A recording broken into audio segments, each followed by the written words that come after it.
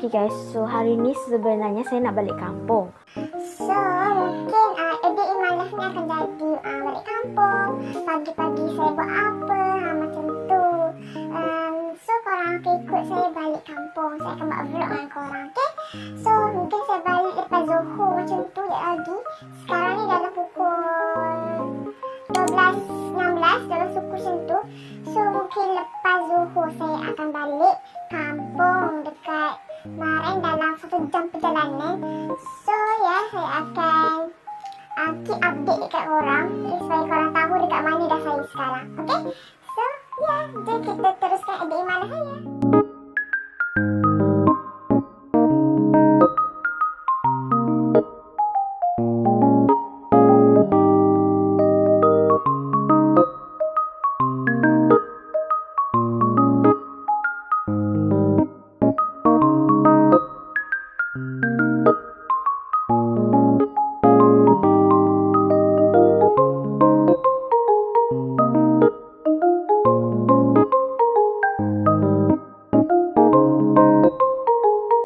So sekarang ni saya nak siap dah. Okay, nak pergi kampung dah, nak balik kampung dah. Okay, so sekarang saya akan tunjuk outfit saya untuk pergi kampung lah kan. So saya akan tunjuk sekarang. Okay, jom kita tengok outfit saya untuk balik kampung.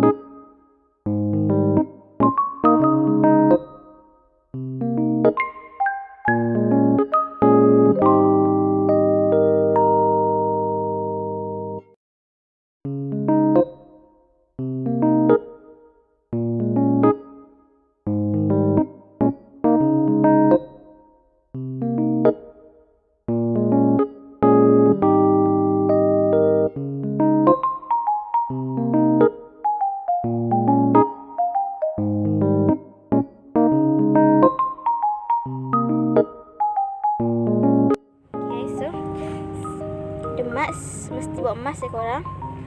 Okay, ada emas, jadi kita pakai je lagi ya. Okay, so kita nak gerak dah. Sekarang pukul 2.44 petang. Okay, so ya, kita nak bergerak dah lagi. So jom, lagi saya akan tunjuk footage dekat luar ataupun dekat jalan. Jom.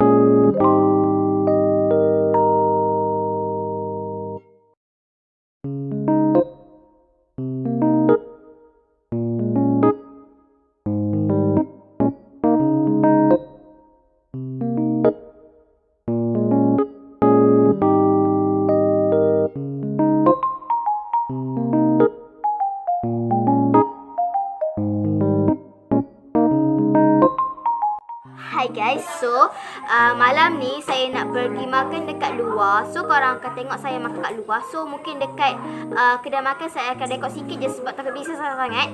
Okay, so jom kita pergi makan kat luar.